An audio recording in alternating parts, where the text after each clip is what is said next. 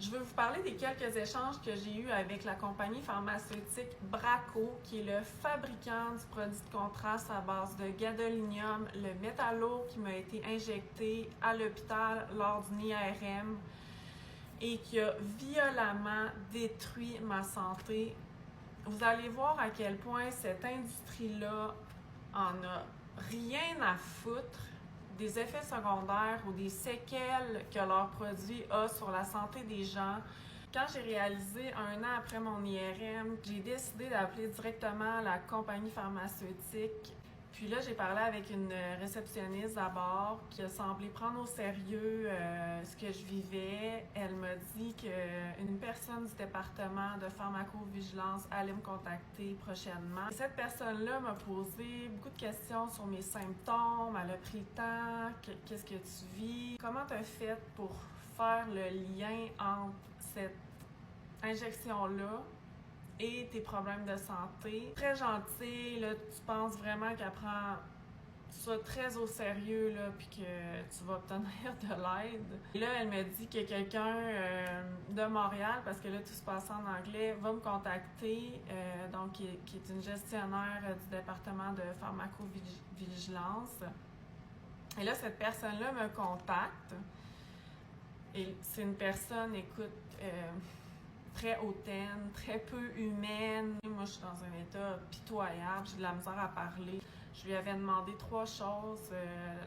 De connaître la quantité de gadolinium que j'avais reçu, d'être mis en contact avec un médecin spécialisé dans le gadolinium qui connaissait ce métal lourd-là de la compagnie Bracco, parce que sur leur site, tu vois qu'il y a un département de pharmacovigilance et qu'il y a des médecins là, qui sont spécialisés dans le gadolinium. Donc, je me dis, ils servent à ça, je vais pouvoir leur parler.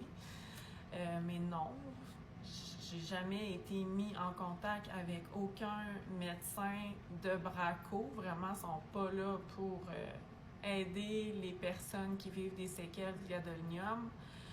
Puis, je demandais aussi, bien sûr, d'obtenir un dédommagement, sachant que probablement, ça se ferait pas. Mais écoute, t'es rendu invalide, tu travailles plus, t'es handicapé, t'es dans une souffrance extrême, t'es en contact avec la compagnie, tu le demandes.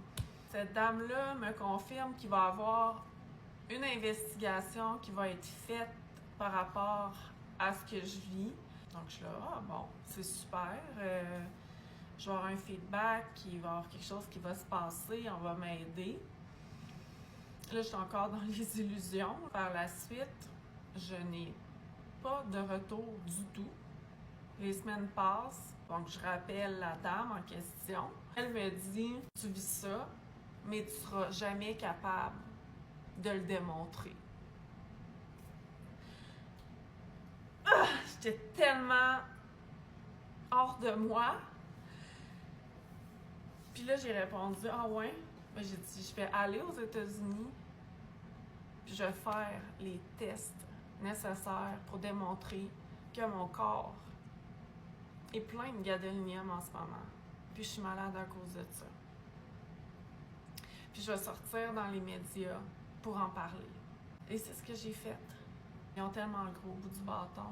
C'est difficile de démontrer un empoisonnement par les métaux lourds. Je suis en train de parler avec une personne qui savait très bien que j'étais malade à cause de leurs produits pharmaceutiques. Son titre, c'est Gestion de la qualité des produits importés, pharmacovigilance. Il me semble que j'étais au bon endroit. Tu viens de te faire détruire ta vie et ta santé. C'est incroyable. Elle n'était plus autorisée à être en contact avec moi. Mon prochain recours est contacter le département légal de Bracco. Là, la réceptionniste, vraiment, elle n'avait rien à foutre. Elle me parlait comme si j'étais un numéro. Puis elle m'a expliqué que il n'y a aucun patient qui parle directement avec le département de Bracco. Ce département-là échange juste avec des avocats. Donc là, j'ai fait wow. Puis je n'ai jamais eu aucun retour de Bracco qui avait fait une supposée investigation.